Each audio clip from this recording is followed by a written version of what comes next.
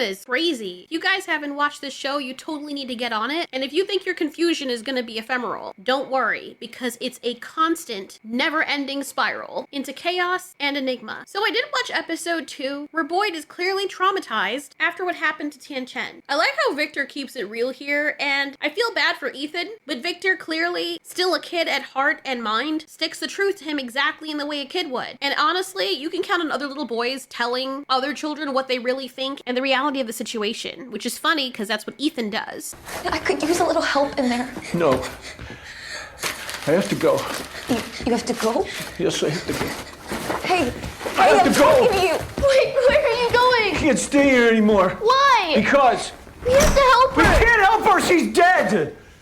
She's dead, Ethan. People die here.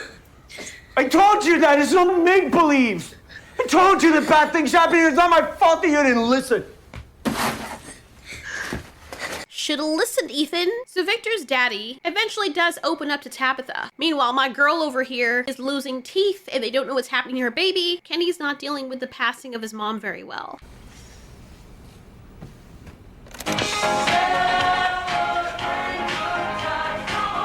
That's fucked up. This place stays messing with people. And maybe it's just me, but this girl is getting on my nerves. She's such a dickhead to her dad. I hate it when they make these female characters in these modern shows and movies act as though they're somehow holier and mightier than everybody else. The dude is looking for his wife, for their mother, because she went out there and did not return. And if he had not done that and stayed to take care of his kids, she would have had an issue with that too. Stupid bitch. It's okay. No, it's not. What the fuck is wrong with you? Ethan almost died too. Did you know that? How the fuck would he know that? You didn't tell him anything. Is he psychic? Oh my god, what is wrong with this stupid fucking frog? You should have been here, Dad. I can't be like before. Hey, hold on. What are you talking about? I can't be the fill-in parent while you lose your shit. I was looking for your mother. Mom is gone. Okay, she's gone. She went through a tree and now she's gone. Don't know that. Anybody else want to slap the shit out of that bitch? Oh my god. She is so entitled, it makes me sick. Like, I get it. You're the fill-in parent. It's kind of what being family is all about. Your mom and your dad lost a child. It might have affected them way more than it did you because you weren't the one carrying it. You didn't get to bond with it. You didn't get, I mean, it's understandable why the parents would be lost for a while. And as a big sister, it is your job to fill in and be like, look, mom, dad, I'm here for you. But this little bitch is so fucking entitled and self-righteous that she is upset that her mom and dad temporarily lost themselves because their baby died. What a fucking Dad, people can't survive more than a few hours at night without a talisman. She's been gone 4 days. I know you feel bad that you didn't stop her, but I can't.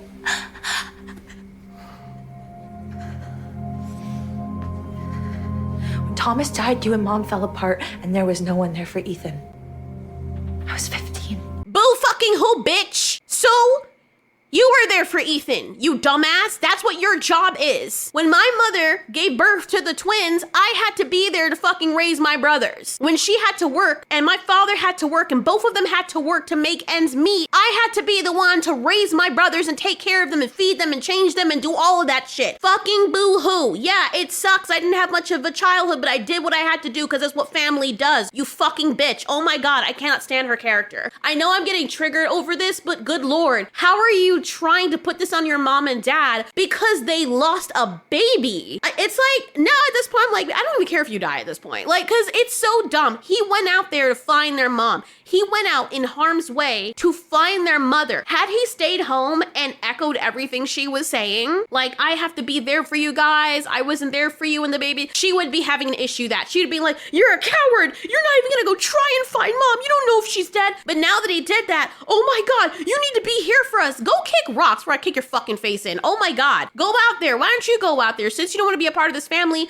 kick rocks. Go out there. Go. You don't want to be a freaking sister? You don't want to be a part of this? That is fine. Should have aborted you. I swear to God. I know I'm sounding so evil right now. I don't give a fuck. I hate this character so much. She's giving Ant-Man's daughter. Holy Christ. I can't do it again. I can't. Not this time. I need you to get your shit together, okay? She should be the one talking. Clearly, one of y'all don't have your shit together, and it's you. God, everything must fall at her feet. Tell the truth. Would anybody feel bad if this bitch died? Yeah, get gone. Get your stink swamp ass out of the house. So Victor's dad and Tabitha actually have a very wholesome interaction. We find out that his wife was like schizophrenic or something, and all these visions she had started happening when they were doing acid. And at first I thought he was gonna tell her that he has people in the basement because he's a serial killer, but that's not what happens, thank goodness. He is so sweet. Protect this man, please. He's been through so much. So Christy and Jade in this episode prepare Tien Chen so that when Kenny comes back, he doesn't see his mom looking like a piece of mincemeat. And that's when we see my girl see the rotting food from the environment. And this girl apologizes to her about being an asshole about the bathroom. Totally understand why she was upset though, but it's nice of her to apologize. She's a better person than my girl over here, even though I love her, but she's got it full of herself, even before she was pregnant. And instead of her saying, I'm sorry that I hogged the bathroom, I'll try to be more mindful next time, she says, it's okay, everybody's on edge. Bitch! Oh, the freaking women in the show, I swear to God. Then she smells the compost pile, and I knew exactly what was gonna happen before it did.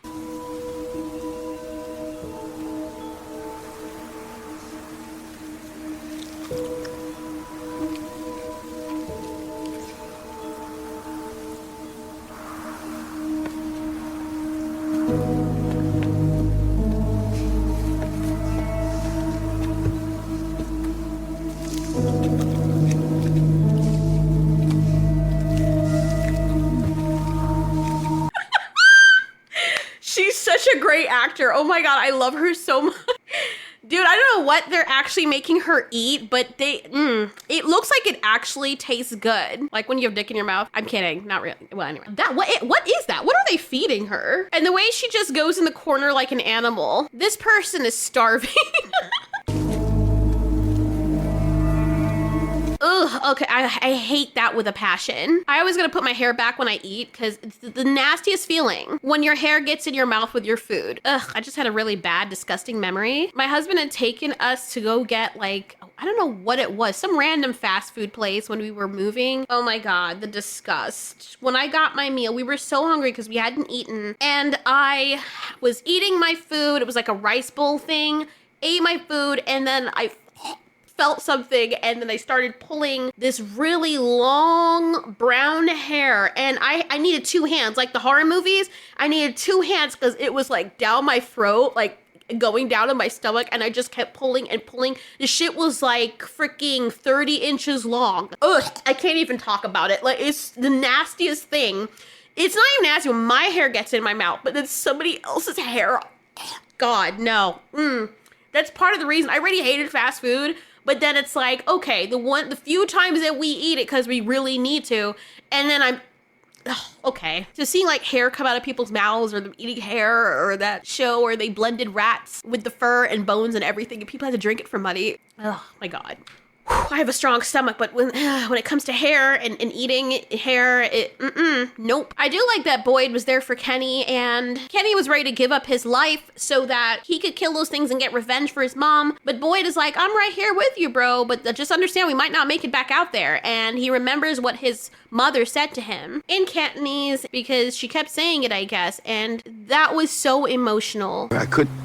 Hey, they made me watch. They made me watch.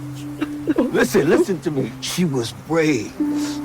She looked at me and she did not take her eyes off me. And before she died, she said, Oho chuguko yiga takochi gela. No, I don't even know if I'm saying this right.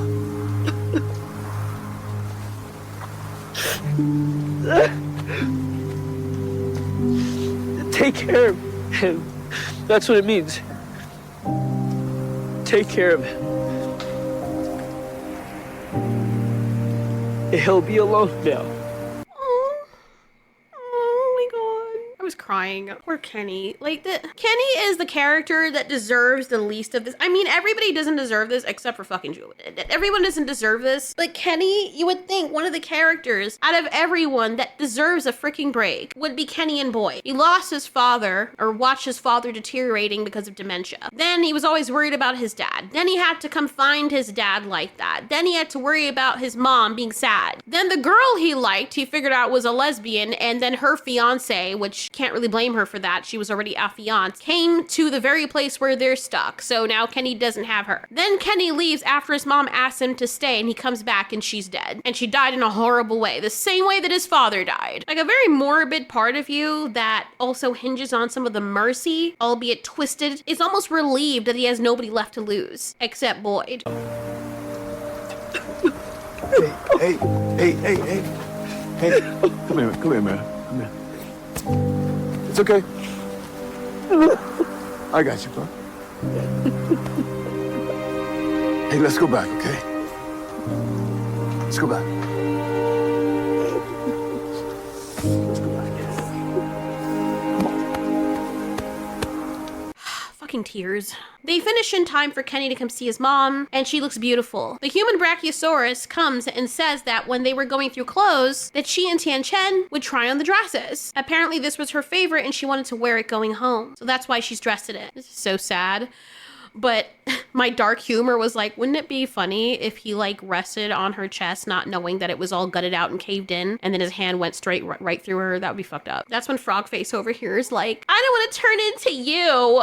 But Longneck is like, it's okay, I understand. She's so sweet, and I kind of feel bad for her. I mean, I hated her before, but she was insane, but it's not like it excuses what she did, because I'm sure serial killers and ass devourers, if you know what I mean, they all are mentally unstable too, and it's not like we feel sorry for them. So Victor's father shows Tabitha the paintings that his wife Miranda created as she was losing her sanity, a process that started after the whole acid trip incident. And shocker, everything Miranda has painted has been witnessed by Tabitha, or exists in some way, shape, or form on this, well, I say island, but it's not an island, it's this place. There's Colony House, the diner, just like whatever these things are chose Miranda, Tabitha's probably chosen now too. There's a little boy, and back in the From place, they held the funeral for Tian Chen, and Boyd is sick and tired of all of this, and he's like, you know what? We can't keep sitting around. We gotta catch one of these things. I just now noticed this. They put a hell of a lot of makeup on Boyd. Look at his forehead. You're not coming inside? No, I'm gonna go check on the animals to make sure they're fed. It's almost dark.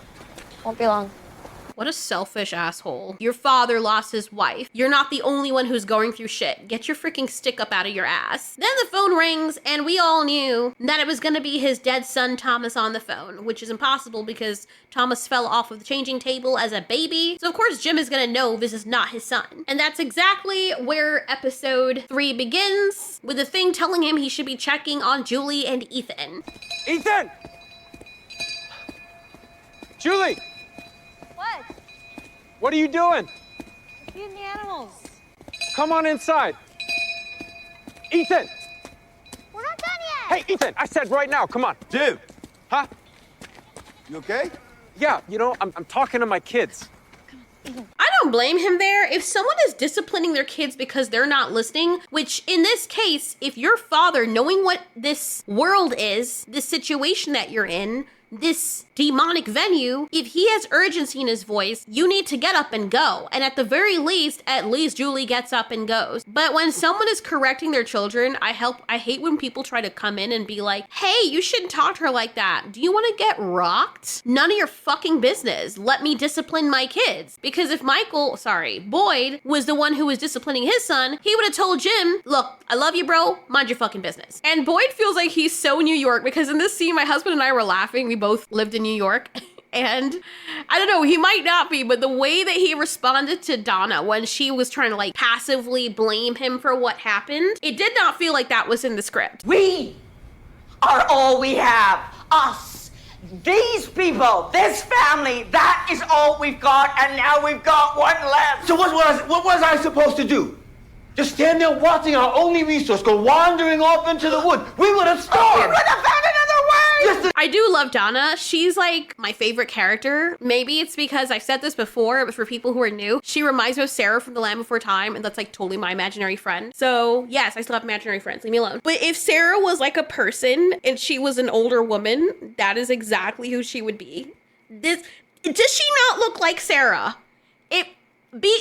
Be honest. Y'all know who Sarah is. You can't tell me nothing. That is Sarah. That is totally my girl Sarah. And Donna acts just like her. I wouldn't say that Boyd is Littlefoot because, Littlefoot sucks. But yeah, that basically is their dynamic. Who would be Ducky? Maybe Tian Shen, but she's old. So I don't know. But all of them are old now, so it doesn't matter. And what if this is a mysterious beyond? This is great. But yeah, watch Boyd lose his shit and go all Brooklyn. Off into the woods. We would have starved. We would have found another way! Yesterday you were ready to crawl into a fucking hole because the crops had spoiled. And now you're standing there telling me that we would have found another way. That I should get the fuck out of here. The fuck am I? No, okay. No. Bro, I partially grew up in New York and he sounds Brooklyn as fuck. Let me look that up. Let me look at, who is the person who plays him? Let me see. Who plays Boyd from? Harold Perrineau. There it is. Let's see where he's from. Oh, booyah, I called that shit. Oh my God, I gotta tell my husband this. Oh my God, I knew it. I know what that sounds like when someone from New York says that. Get the fuck out of here. Because that's the same way my husband talks. He's got that Italian twang to it, but that is the same way he speaks. And I'm like, ooh, that dude's from Brooklyn. You can't tell, but he let a little bit of that come out. That was great. That was so well done. I do not think that was scripted at all because he broke into his accent. Oh, I'm just so proud of myself I caught that shit. Anyway. Wait, that I should get the fuck out of here. I love how Donna's like, oh shit, he's mad. Okay, you're right. My bad. Calm down. Oh my God, I love Donna. She looks like the female version of Donald Trump. I don't know, maybe it's just me. I'm half expecting for something to knock her to the ground and for her to get up and be like, fight. Because the game here is fucking rigged. And no matter what hand you play, you lose. No. I'm not angry at you, Boyd. I'm not.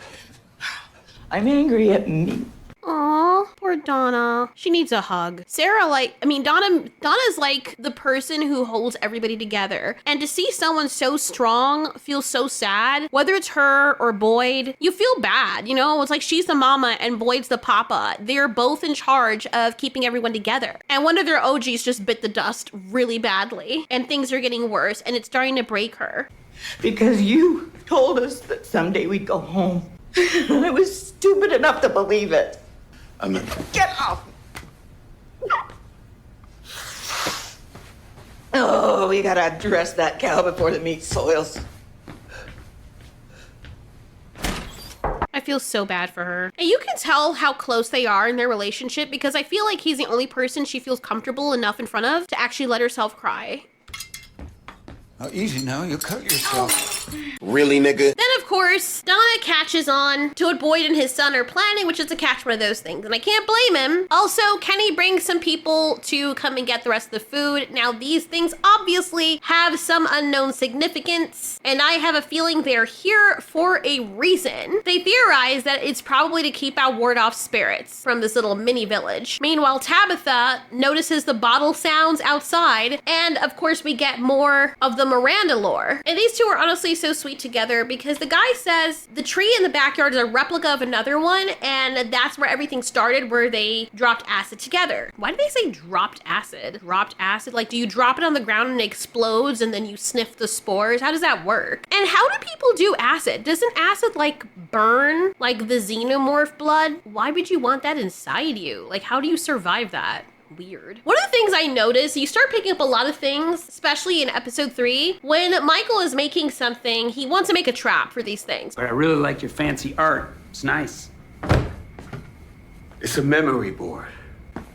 The graveyard has no markers, no headstones, just bodies. Probably bodies buried all over. Father Kati is a figment of his imagination. How would he not know or look confused as to what Boyd is making? But then again, as someone who also has an overactive imagination and imaginary friends, my imaginary friends are not going to know every single one of my thoughts. They're going to ask questions. Like, that's the whole point of having a conversation with them. You other INFPs know exactly what I'm talking about. They're like the different parts of you that would question. It's part of the imaginary sameness, them being different people and not reading your mind. Victor shows up to Longneck's house, and he has a suitcase, probably something he was digging from before, and he says he has to make a fort. And I'm thinking his mom had something to do with this place. It's possible. What if she's the big spider thing out in the forest? What if this was all a part of her mind? I would say so, but then they also have soldiers and people from times before she was born as well. So that doesn't make sense. I do like Tilly, and she had seen this girl eating rotten fruit, so she tries to relate to her by saying when she was pregnant in her second trimester, she would take eggshells and lick the insides of them, just the eggshells. Even when she would go in the garbage, she would lick them. And then it went away later on. But I think what's really happening with poor Fatima over here is that her baby isn't exactly human. It's actually really interesting that she got pregnant here and she wasn't supposed to get pregnant. And now the baby prefers rotten food. So I'm thinking that her baby is some ghoulish entity, like a vampiric organism growing inside of her that feeds off of rotten decay. And the place likes to break people. What better way to break someone than having someone be given hope and a child that they've always wanted but never thought they could have, and then making that child a monster? Man, she is really going through it. You can even see the gray hairs. Poor Fatima. Tabitha had asked Victor's father to take her to the tree in the park, while Jade is seeing visions again of this guy with a knife in his eye. Then there's these stones with red stuff on them, like blood or paint. Poor Jade seems to be seeing more visions than anybody else. I can't even begin to imagine what you're going through right now, and I'm not gonna pretend like I know the magic words that are just somehow... Where's your bag? What?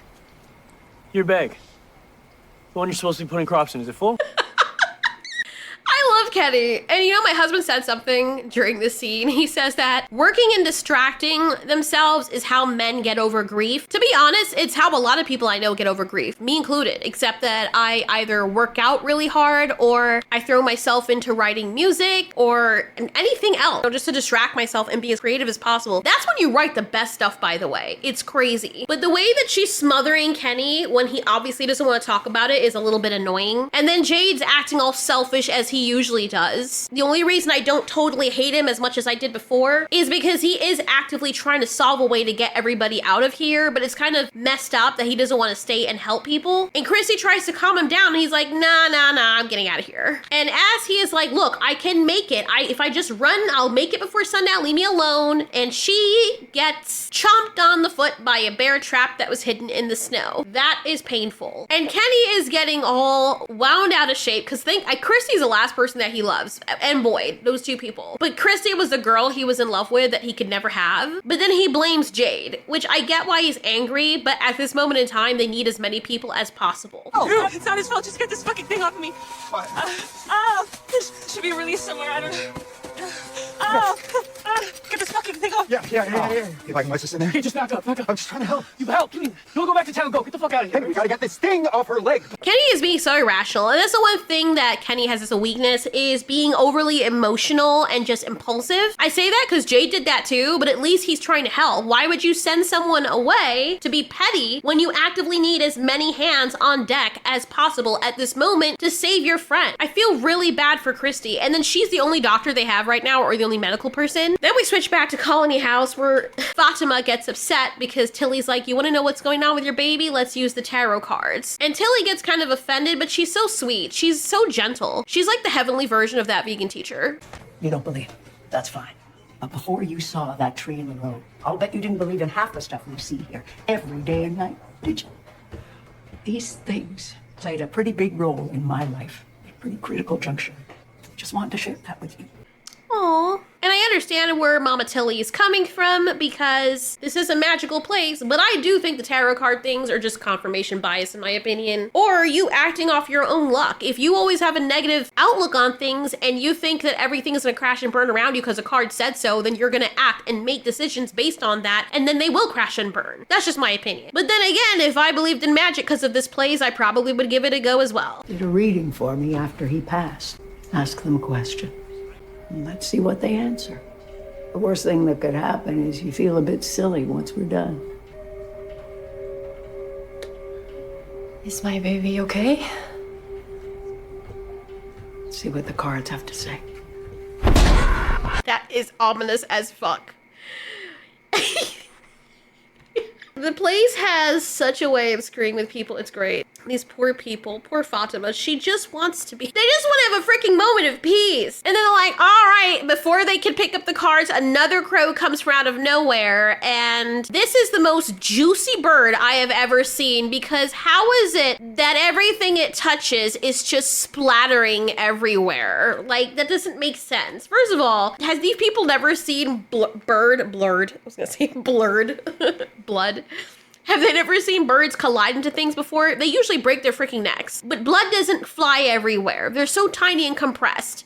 Unless they're big, juicy birds and they get compressed within something, you're not gonna see blood just fly out like that, and definitely not that much of it. Then they're pulling apart back at the snowy area where they're supposed to gathering food. Even Dale asked Jade if they really want to be pulling apart these little wooden dill things, because they're there for a reason, and I feel like the way that they keep focusing on these things, especially in the earlier episodes, means that somebody pulling them apart is gonna cause something. For all we know, these things are keeping something worse back from the town. So they do pull them out, but Jade sees the vision of this guy drinking blood from a skull. And at least they can bring Christy in now. The doctor's gonna need a doctor. Then we see guy who spray paints his hairline on have a kooky vision about the cicada things. A bunch of them attack him in the bus, and he's like, oh my god, this is not happening. And that's when Boyd sees him. Boyd says he wants to trade places because he wants to watch what their friends are up to tonight, i.e. the nightmarish vampire fairies. And this is where things get extra juicy. So Tabitha and Victor's dad head for the park for that bottle tree. And while she's getting the crackers Victor's dad said that she could eat because she was feeling carsick, she sees the bracelet she made for her husband. When she asks him about it, he's all like, oh, it's something that Miranda made for me. That's when Tabitha starts questioning if this is really happening or if it's just a place messing with her again, because let's be honest, we were all asking that question. She asks him to pull over, but before she can get out, poor Victor's dad is like, yo, you can't just show up and tell me my son's alive out there somewhere and then take off. And he rightly points out, like, bro,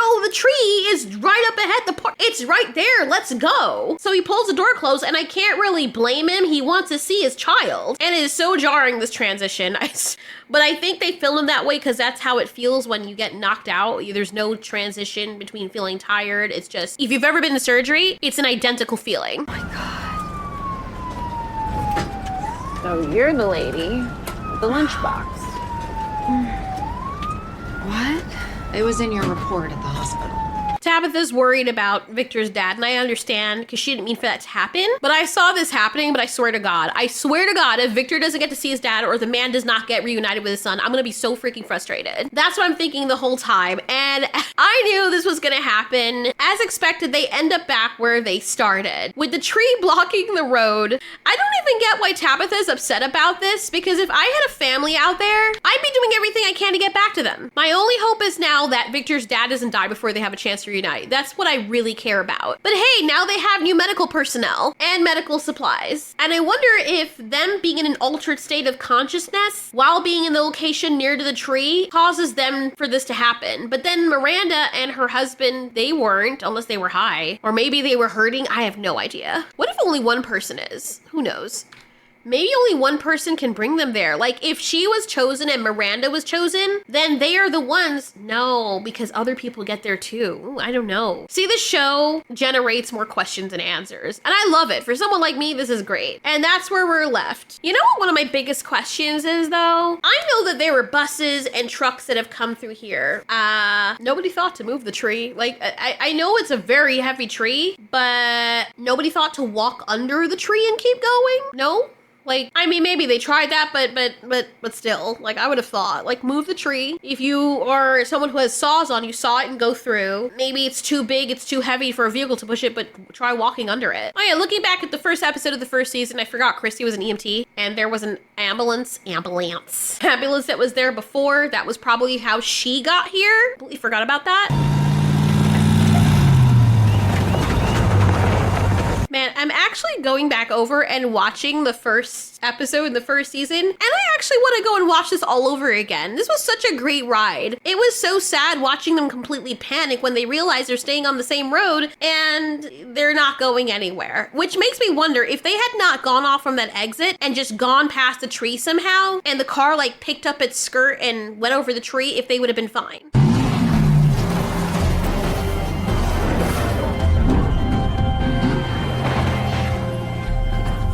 Oh my God, this is so heartbreaking. And all the people don't even say anything. Boyd was just like, yeah, you just keep going on the road, stay on the road and you'll see. Because they all have been through this. They've all have come here and realized that they're trapped. And it must be horrible when you see a newcomer come knowing exactly the panic that's going through them and watch them like trying desperately and keep ending it back up at the same place. That's so heartbreaking. Such a great show. I hope it remains a great show. But anyways, let's drop some theories. What do you guys think's gonna happen? I'm just excited to see, and I don't mean this in a good way, what's gonna happen with Fatima's baby, because I have a feeling it's gonna be one of those Satan spawn kind of situations, or the baby comes out normal and they find out later that it's rotting from the inside. Whew, more questions, less answers, right?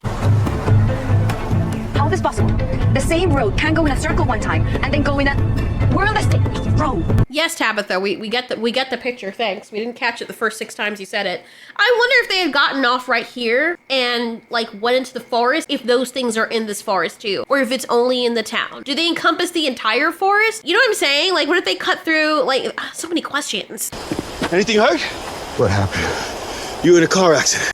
You okay? You have an amazing face. Hey. Look at me. Look at me. Hey, what are you on? What do you mean? I'm on the ground. Okay.